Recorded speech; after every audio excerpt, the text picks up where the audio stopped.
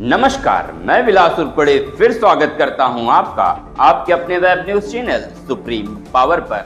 दोस्तों, हम आपके लिए नित्य प्रतिदिन ऐसी ही न्यूज प्रकाशित करते रहे, इसके लिए आप हमारे न्यूज वीडियो को लाइक जरूर करें और चैनल पर वीडियो जब देखते हैं तो कमेंट कर कर हमें अपने सुझाव और अपने विचार जरूर साझा करें।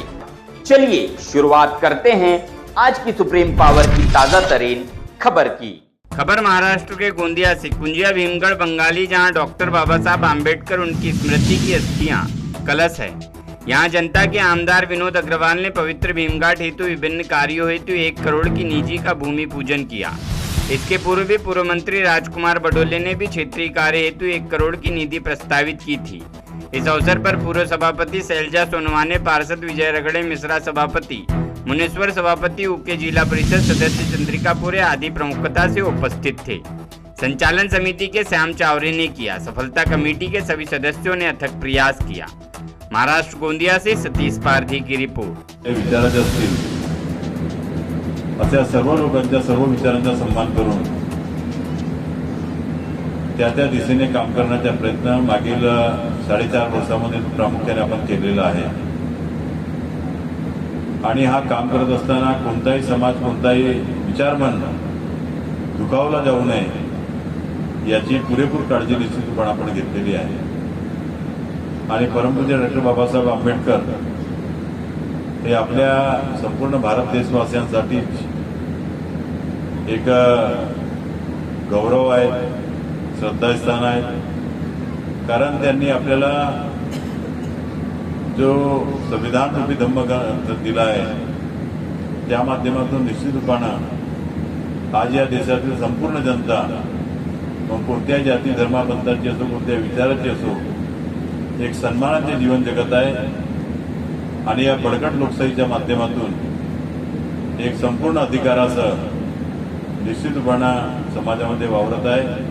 ही आपण सर्वांकरता पुसणावा गोष्ट आहे।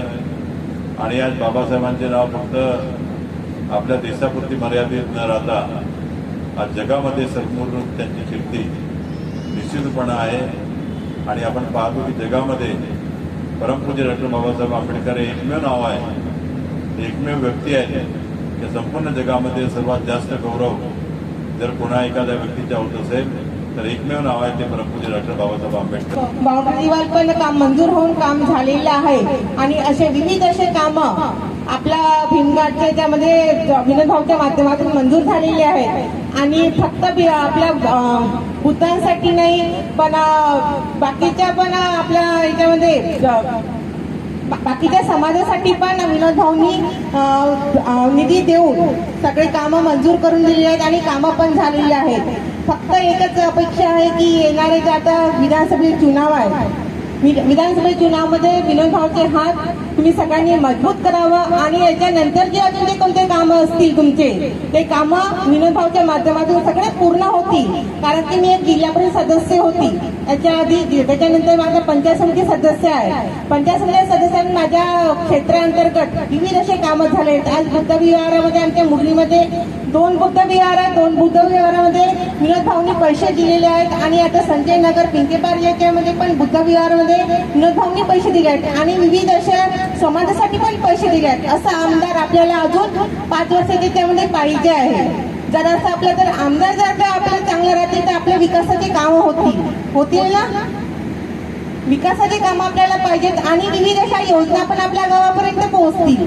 जर विविध अशा योजना जर आपल्या गावापर्यंत पोहोचल्या तर आपला विकास होईल का, आपल्या मुलांचा विकास होईल का? नाही होऊ शकत। म्हणून अशी एकच आग्रहाची विनंती आहे की आपल्या